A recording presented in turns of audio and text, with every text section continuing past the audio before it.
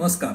अशी कल्पना करूया की आज अटल बिहारी वाजपेयी हे आपले पंतप्रधान आहेत आणि विरोधी पक्ष त्यांच्यावर टीका करतोय की तुम्ही अमेरिकेच्या म्हणजे डोनाल्ड ट्रम्प यांच्या दबावामुळे ऑपरेशन सिंदूर थांबवले आहे. अशी त्यांच्यावर मोठी प्रखर टीका ही वाजपेयींवर होती आहे. आणि लोकसभेमध्ये वाजपेयी विरोधी पक्षांना उत्तर देताना अत्यंत प्रांजळपणे सांगत आहेत की हो, आम्हाला तसे करावे लागले, आम्हाला ऑपरेशन सिंदूर थांबवावे लागले ते अमेरिकेच्या दबावामुळे. आणि तुम्ही ही परिस्थिती समजावून घेतली पाहिजे की जगातील आज सर्वात श्रीमंत आणि सामर्थ्यशाली देश हा अमेरिका आहे. आज आपल्याला हवा तो निर्णय घ्यायला भारत स्वतंत्र नाही आणि आपल्या देशाचे व्यापक हितसंबंध लक्षात घेऊन मी हा निर्णय घेतला. आता समजा असं उत्तर वाजपेयींनी दिलं असतं तर त्यांची लोकप्रियता ओसरली असती का? याचं उत्तर नाही असं आहे.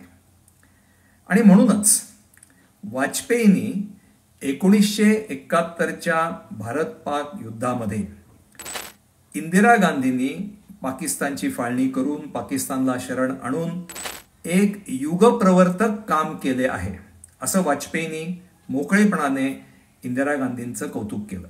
त्यावेळेला ते विरोधी पक्षात होते. आणि असं असून देखील वाजपेयी हे काँग्रेसचा पराभव करून देशाचे पंतप्रधान झाले.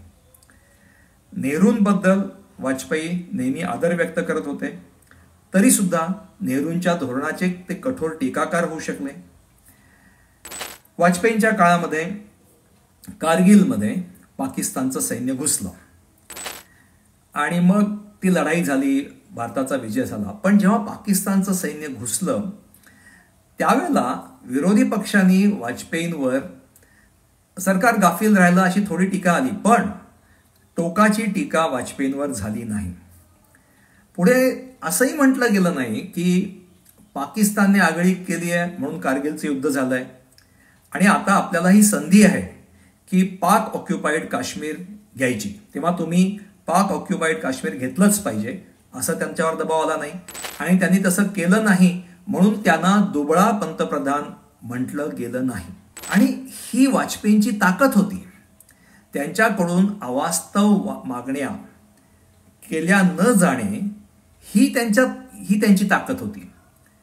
आणि ही ताकद फक्त वाजपेयींच्या व्यक्तिमत्वामुळे नव्हती, त्या व्यक्तिमत्वाचा आदर असणाऱ्या भारतीय समाजाने ती ताकद त्यांना दिली होती.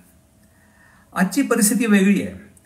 आज आपल्या सगळ्यांना आपल्याला एक अत्यंत प्रबळ, स्ट्रॉंग, कणखर अशा नेतृत्वाची आस आहे. म्हणजे असा आपला पंतप्रधान असायला पाहिजे. आणि असा पंतप्रधान की जो जगातील दुसऱ्या कोणत्याही शक्तीला जुमानणार नाही. याचं कारण आपल्याला असं वाटतं की भारत आता एक अत्यंत सामर्थ्यशाली देश म्हणून जगाच्या रंगमंचावर उदयाला आलेला आहे. आणि म्हणून असा सामर्थ्यशाली देशाचे जगात आज आगमन झाले आहे, विश्वगुरू सारखा देशाचे आगमन झाले आहे, असं जगाला ठणकावून सांगणारा नेता आपल्याला अतिशय प्रिय आहे.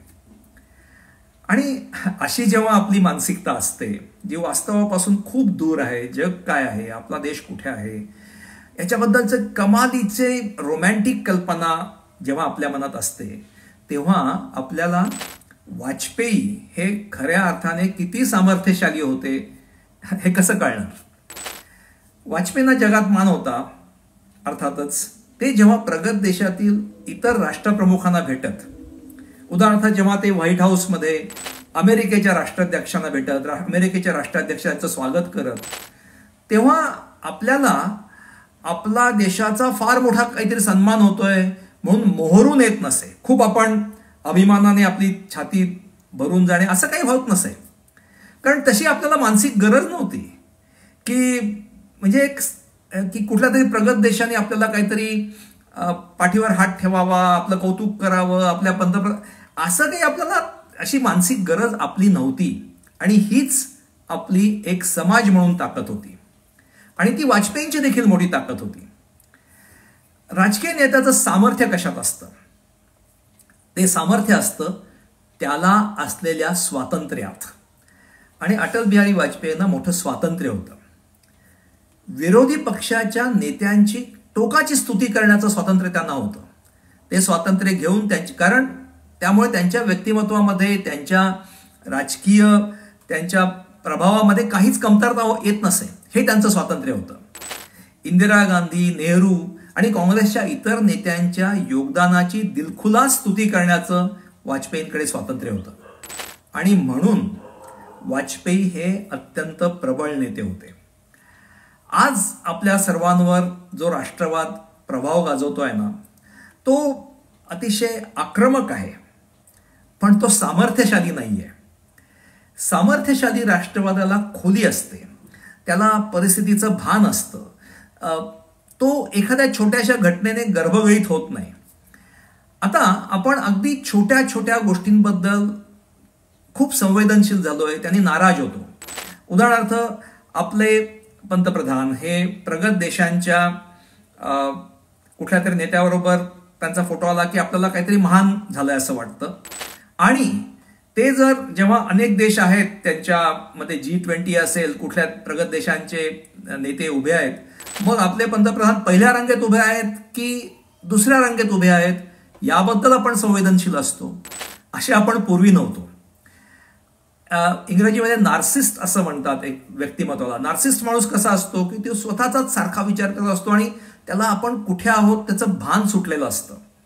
तसं आपला देश म्हणजे निदान या देशातला अभिजनवादी वर्ग किंवा वरचा मध्यम वर्ग, उच्च मध्यम वर्ग, हा कमालीचा तो देश म्हणजे नार्सिस्ट माणसासारखा आपला देश झाला आहे. आपण जगाकडे ना आपल्याच एका नजरेतून, स्वकेंद्रित नजरेतून पाहतो.